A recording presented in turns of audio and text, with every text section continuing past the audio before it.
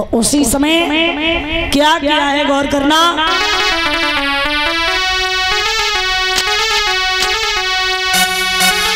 तो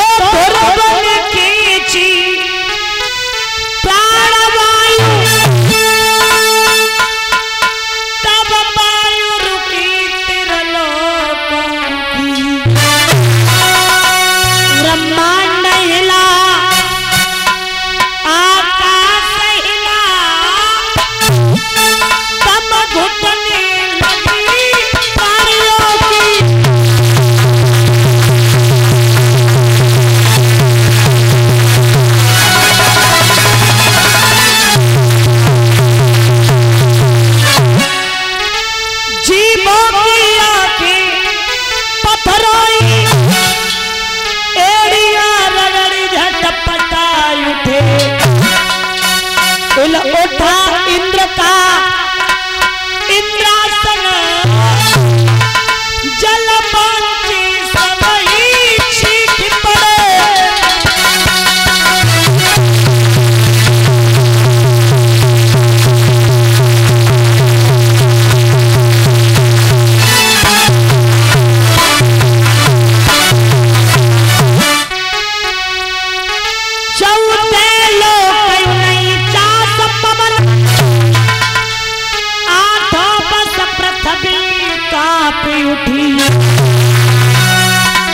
सस सूर्य हिले त्रिलोकों में, चंद्र पे लालमा चल गई।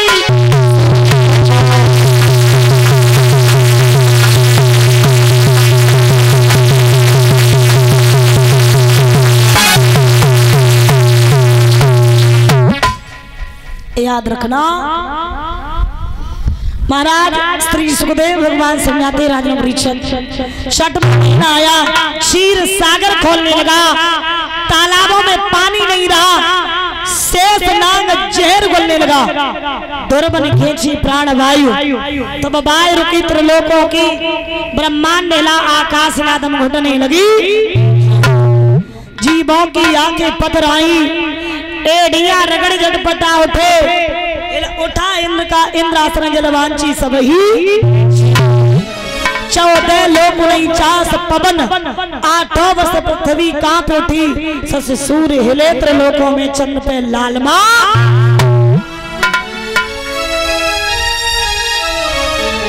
इधर महाराज क्या हुआ,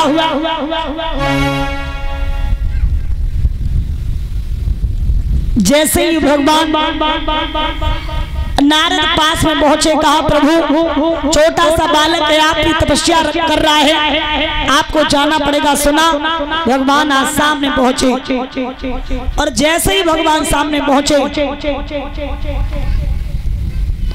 ठोकर मारी है ध्रुव, जमीन पे आने वाले तो गोदी में ले लिया। बाबुल की सूरत देख देख ध्रुव जी टकटकी लगाए गए। जब याद माता की आए गई, आंखों में आंसू आए गए। हुआ ऐसा, विष्णु बैठी गरुड़ पे आए जी, जहाँ पे तपोए विष्णु।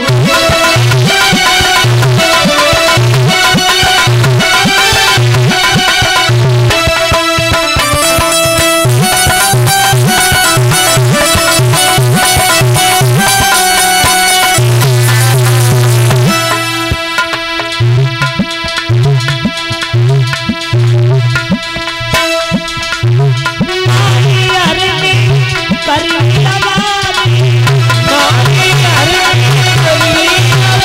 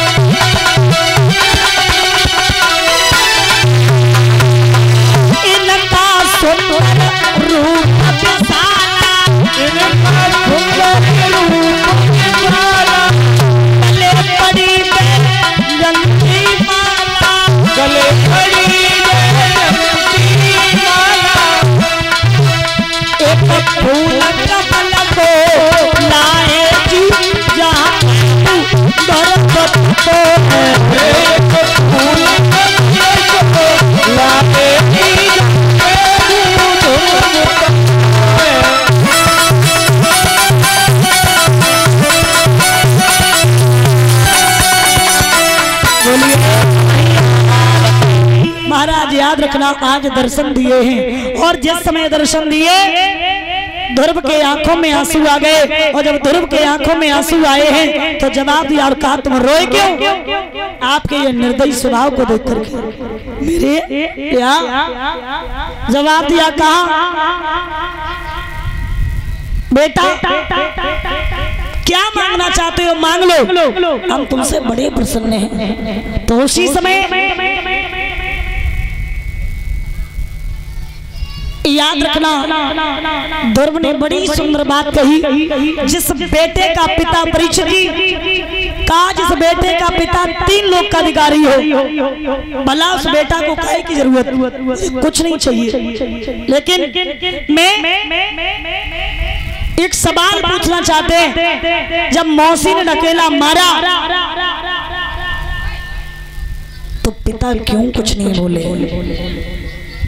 भगवान ने जवाब दिया, कहा बेटा पहली माँ और पहली गुरु तुम्हारी मौसी है। अगर मौसी ढकेला नहीं मारती तो तुम्हें मेरे दर्शन होने वाले नहीं थे।